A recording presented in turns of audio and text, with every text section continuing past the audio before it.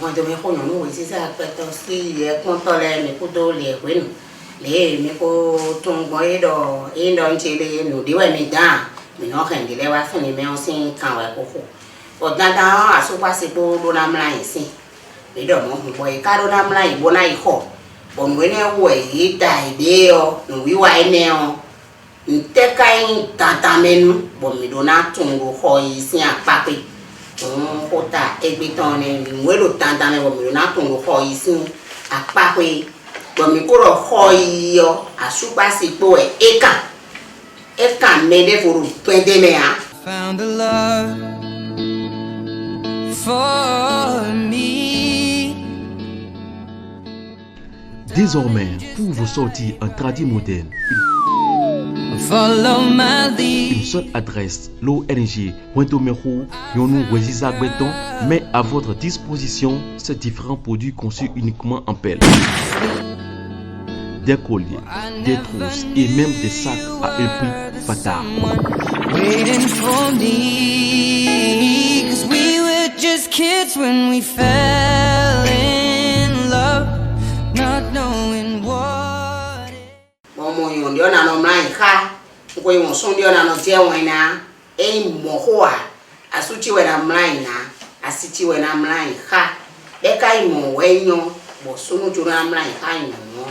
edo ni no me de le bo edo na no no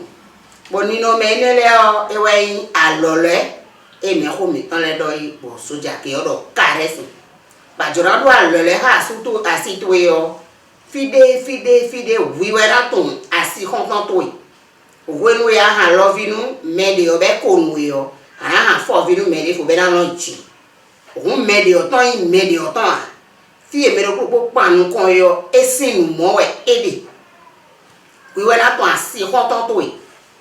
asi kontan to ohun wiwe na ton asi to yi mi so ke mi wiwe na ton asi to yi lo le fi le we no kan ni be ron yo amodin yo mi so yon lo podo te yo e na keje se ta ka kon ife vitan di e so po nde wo akola ni bo so anaya pa e no ko ya e o nko se ta wo je tete yo ndo te aparo po e nkije ni so ido yo njodo e han lo vitan bo han fo vitan e jo e njodo atoko to mewe yi bo ke anoton njo ho do o to gbe ton kon yi bo ai ne gbe ton kon njodo bo enai pere mo a bo nu e mo e mi no le ro pa fi nu pe no le me ko me ha lo tan lo mo kun ton me ha lo pa do o re dudo asupa si po ton o bre de no bo be mo na asupa si po a bo mi na blo lo bo ton si me si gbeta ene le o mi no aso mi de so e do ha e ton di pero kije yo nu si ta ka kon ya fo nu ene ono aso be je so yo no ba ton po do eso po fi de boro nu kloba wa fi ene oji so a mina kije yun amo biwe mina kije a ade dede bo mo ro fi elo nje yo rin asije pere no fi ne bo leko do ton yun ton eno sekenwe zandio e da bota o sandio e ya wata me o zandio e ja jaja mi ahe ana ya gba ko ri ton so be na kenu a baka ya gba ko ri ton asan ton gbogbo ina kenu kun ton eno sekenwe ene o tuo fi eton de we mi ana wa tete pede do do yun po me puro pora do e kuno kun kan he o e we do e kan do de ja e do de wa podo pe ko jaja o e mo hode a nyono en plebe buno mo san kon po be ya po we je fin po da o ni bi ye je sanji ro haji bo ne ya de wa de o de o e mo a e so yin wa yin hodo e mi de a lo nka do hodo ko nu mi bo e kan no pacha mi tebe sunu e po yun we po e di da ile o e jijo wa yin die o bo sunu na wa kon to mo na ya lo do fi aton de o we aton bo yun na ko de buna ko we akun atimba ho ni o ngbenu mi atimba we wo so ko wan inu sunwo ni o we ya bo kije de na kije ka bo me nde wa we de bo me akwa to ayi we mi ni nwe wa fi ne ne si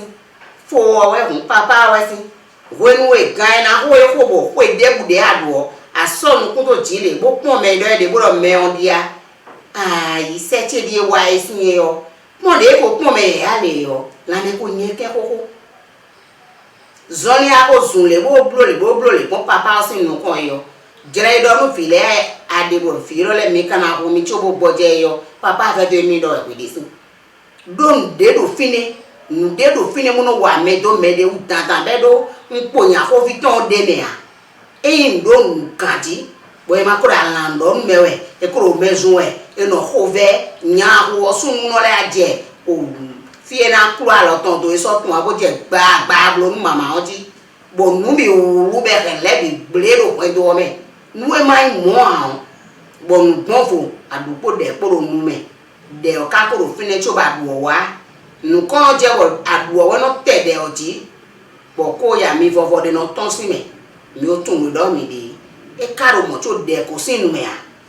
de ka so adu wo bi wa ibro e na ibro mo nu ye din na de ne o si o de odo mo a kun e we no ma je nu pon fo no kon tintin bo pon to de tin bo ye de le ti o le ro wi to to be do mo ye mo ti e so ka ka ri sa wa tin ba we ndo nu mi nunu apon fo jewe do asupa si po dida o eti ali wili ali gaga de wili do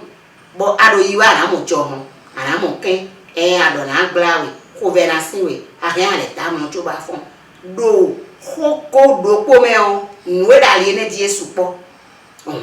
e karo mo cho e lo didi ya mo do yiwe nwe ne le de so bo tunu e yin wa na le yo e wa comment on e na mo no jele nde wa ado fogun obo sin gba do jaji pere ko me sin ko pere wa do e mi ni gbe no mo we yan de no de e no si de mo ti te no ko ton pidigidi ame asi be ko mi de ko sin ni njuro na ko ni mi to ene odo ado no do wi wa we yo ape ano fi ne kun na ko do ade ne nubo nde na che wi wa we ji e ko e po me po eno dido po mama be jire po lo de mo na mo te wo mo fon wo mla ya ko yi lo bodido do nde do wi wa we bo aka ju na fa do be jele nu we wa mi eje mu mi kun so kan ji o eno bro mo ko ton le lo bono dido mama sun we po yo mo po yin wa nu ye de yo ko yi eno do ho ya do e po mbo na fa we je ko de ne me ti le ni ohun ho yi yo nu de we bo ye isinu e apodo pe sinu a e kanye kije kakaka lo wo re gbele e kije kakaka bo re fun bo nyonu e wa moro ti won akwa wa nzande wo di to fo me nyon le do kun kan e che bi si me bo kwa pe to pa ki me fine ni yo e wo ma je ka therapy fi e na do dede wo je pst da se so ji o na ho we fine bo wa yo imo a da kwa pe to pa ki me ni agbon gbogba nu don o si gboji o poji de fi e no sa nu te me de bi jan agbon akiyo mi a ajegun le ton le bi wi e bo adre to wo ne we je so de tera jere wa ka di papa e je so nyon to era hu gawe do ero yiwe ra kan pere ye mo na kan pere yiwe o wenu e la me to na gble alo nde na pon fonu e alo pupo nyonu nde a ba je ko ya lo e do ti ko je kudo pere ji o ma so nu pa koko do mo ayo enu fo no pa fi wa huzu wa zuko na do wiwe do na mo do pe kun so ra yi de bu ji nu emi o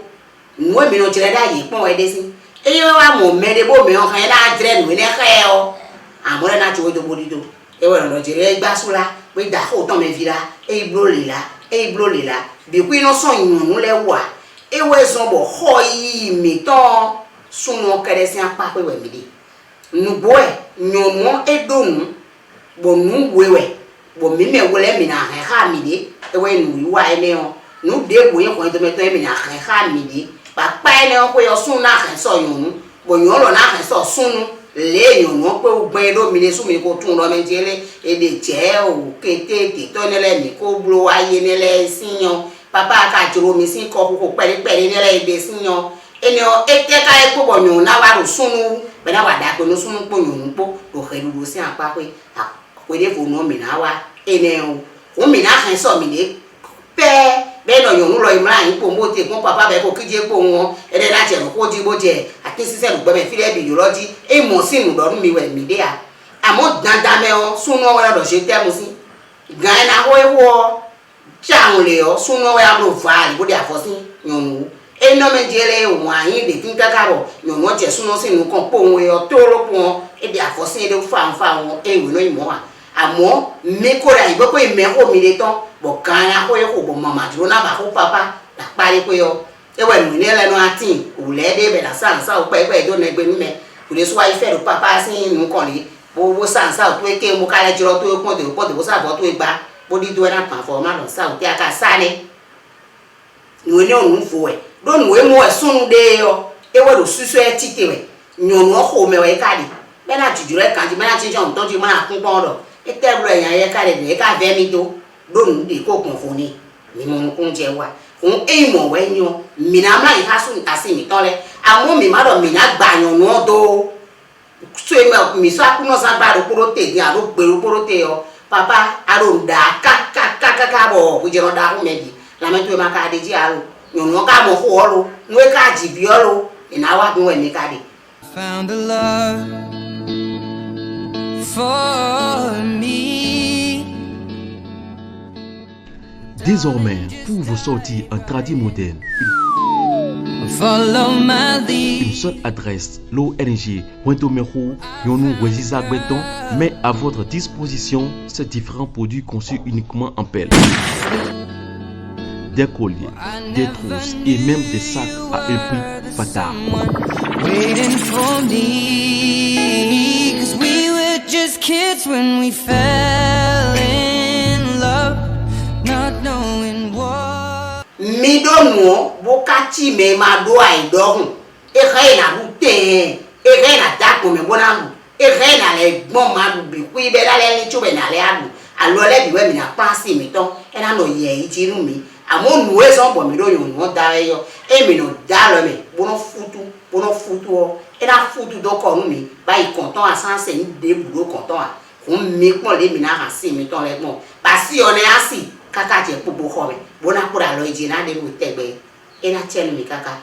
tata ploka mi so e ton do fini e ko le fo no mi ale akodo no iwa do poji Diye awada benu nyilo desu wa wa bio peso shimbo ni wanyi minjo medupo no shiri hato diye adi ado tashime desu ye mando shato no